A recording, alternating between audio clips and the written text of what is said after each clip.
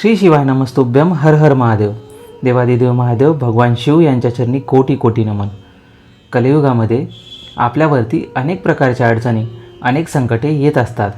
या नाना प्रकारच्या संकटांतून आपली सुटका करायची असल्यास, तसेच आपल्या वास्तूतील दोष, कलह, वाद यांचा परिहार करण्यासाठी, सर्व विघ्ने दूर होण्यासाठी, सर्व रोग, सर्व आजार नाहीसे होऊन दीर्घ आयुष्य व आरोग्य प्राप्त होण्यासाठी, विद्या व लक्ष्मी प्राप्ती होण्यासाठी आणि मनातील सर्व इच्छा, सर्व आकांक्षा व सर्व मनोकामना पूर्ण होण्यासाठी, भगवान शंकरांचे आशीर्वाद मिळवण्यासाठी आपल्याला रुद्राभिषेक हे एक प्रभावी अनुष्ठान आहे. अर्थातच प्रयत्न आपल्यालाच करायचा असतो, परंतु तो प्रयत्न करत असताना स्फूर्ती, आत्मविश्वास जिंकण्याची शक्ती, लढण्याची जिद्द देवादिदेव महादेव आपल्याला सर्वांना देत असतात.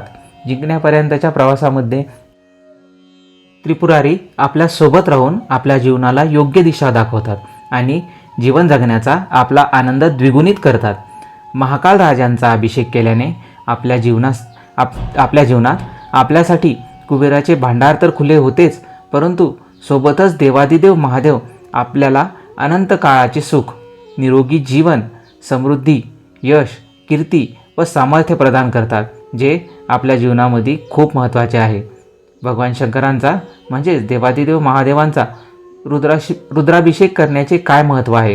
हा रुद्राभिषेक का करावा? रुद्राभिषेक करताना रुद्र ही एक वैदिक देवता आहे. रुद्राचा आविष्कार हा ऋग्वेदापासून झालेला आहे. ऋग्वेदात रुद्राचे एकूण 75 उल्लेख आहेत.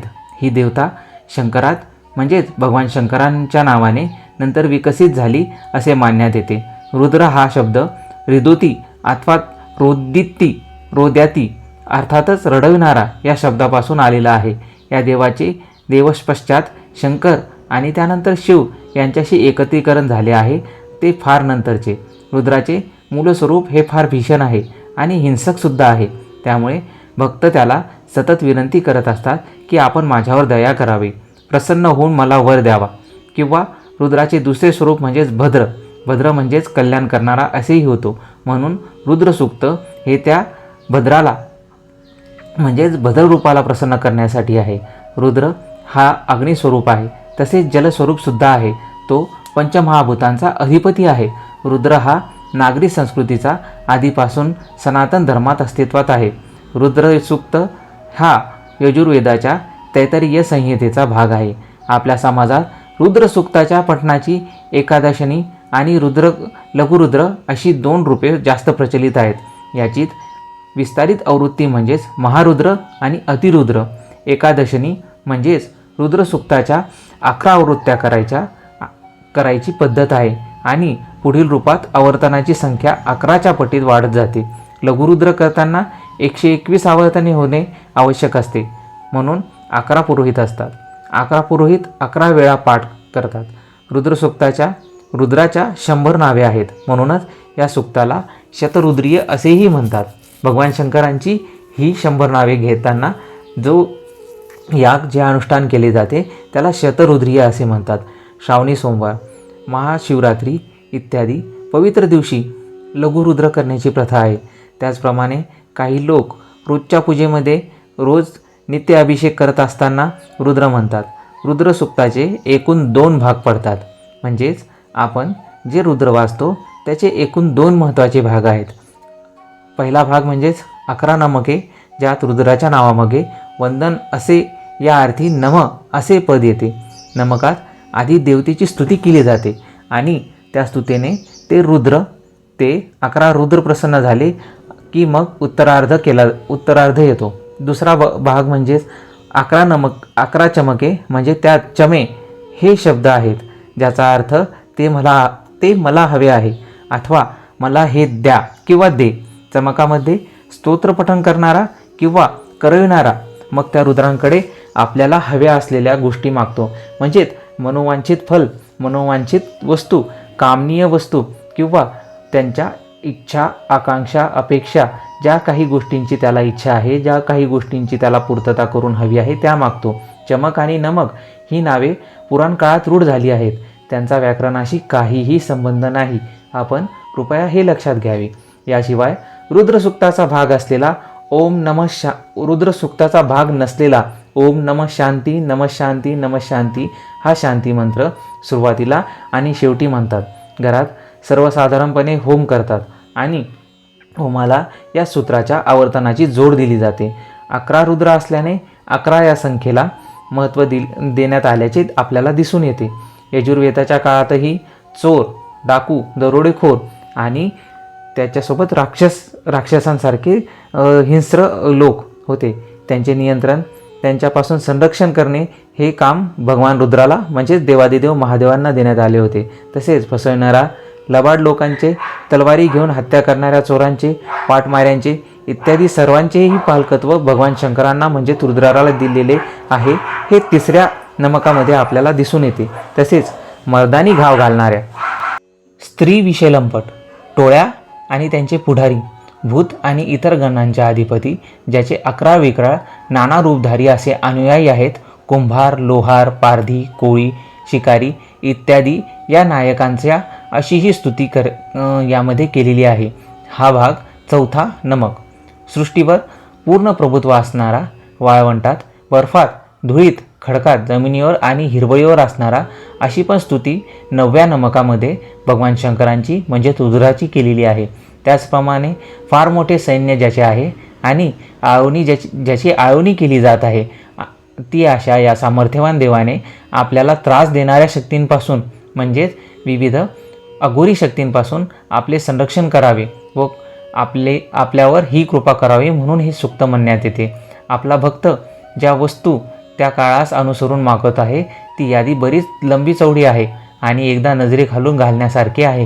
त्यात तांदूळ, सातू, मका, उडीद, तीळ, मूग, हरभरे इत्यादी धान्य इत्यादी वस्तू मागितल्या जात आहेत. सोने, लोखंड, शिसे, जस्त, कथिल हे धातू मागितले जात आहेत. यावरून आपल्या पूर्वजांना हे धातू वेदकाळात माहिती होते हे सिद्ध झाले आहे. पूजेचे सामान, यज्ञाचे सामान मागत आहेत. तसेच सूक्त पठण करता दूध, तूप, मध इत्यादी मागतो आहे. दीर्घायुष्य, औषधे, सुंदर कांती, धनसंपदा, शेती ह्या सर्व गोष्टी तो मागत आहे. तसेच आयुष्य, प्राण, अपान, चक्षु, कान, मन, वाणी, आत्मा इत्यादींची पुष्टी या सूक्त पठण करता मागतो आहे. तसेच विषय किंवा विषम संख्यांची भाजणी, 4 पट्याची भाजणी हे मांडून त्याच्या पटीत सौख्य मागतो आहे. यावरून त्या काळात गणिताचे ज्ञान असल्याचे आपल्या सर्वांना दिसून येत आहे. रुद्रसूक्तात मागितलेल्या सर्व गोष्टी या ऐहिक जीवनात उपयोगी पडणाऱ्या आहेत. पारमार्थिक जीवनामध्ये याचा काहीही लाभ नाही. सूक्तकार हा धनधान्य, घरदार, बायका मुले, गुरेढोरे, शेती इत्यादी सगळ्या गोष्टी मागतो आहे. द्यूतासारखी क्रीडाही मागतो आहे. सूक्तकाराच्या पारलौकिक मागण्या या स्वर्गापर्यंत सीमित आहेत. रुद्राचे भयंकर सामर्थ्य आणि सैन्य हे आपल्या शत्रूवर वापरले जावे ही इच्छा तो भगवान शंकरांना या ठिकाणी व्यक्त करतो आहे व भगवान शंकरांना तशी विनवणी करतो आहे, प्रार्थना करतो आहे. हा एक रुद्राचा साधासुद्धा भक्त आहे, ज्याला जनावरे, रान, शत्रू, चोर, दरोडेखोर आणि रुद्रासारखे भीषण दैवत यांची भीती आहे. हे सूक्त हे रुद्राशी बोलणे, ज्यात सूक्तकार आधी स्तुती, आळवणी, प्रार्थना करून मग आपल्याला काय पाहिजे याची यादी देत आहे. हा रुद्रसूक्तातला लफालफी न करणारा साधेपणा फार लोभस आहे. रुद्रसूक्ताचे पठण हा एक विशेष आणि अलभ्य असा अनुभव असून या सूक्ताचे पठण करण्याच्या विशिष्ट पद्धती आहेत. त्यामध्ये एकादशीनी लघुरुद्र, महारुद्र, अतिरुद्र इत्यादी प्रयोग आहेत. श्रावणी सोमवार, महाशिवरात्री इत्यादी पवित्र दिवशी लघुरुद्र करण्याची प्रथा आहे. त्याचप्रमाणे काही लोक रोजच्या पूजेमध्ये अभिषेकाच्या वेळीसुद्धा लघुरुद्र किंवा रुद्र करतात. व्यक्तिशः या सर्व गोष्टी त्यांच्या गरजेनुसार व त्यांच्या आस्थेनुसार, त्यांच्या भक्तीनुसार ठरवल्या जाऊ शकतात. अभिषेकाचा अर्थ तो अभिषेक म्हणजे स्नान करवणे किंवा स्नान करणे, ज्यामुळे त्या व्यक्तीच्या सर्व मनोकामना पूर्ण होतात.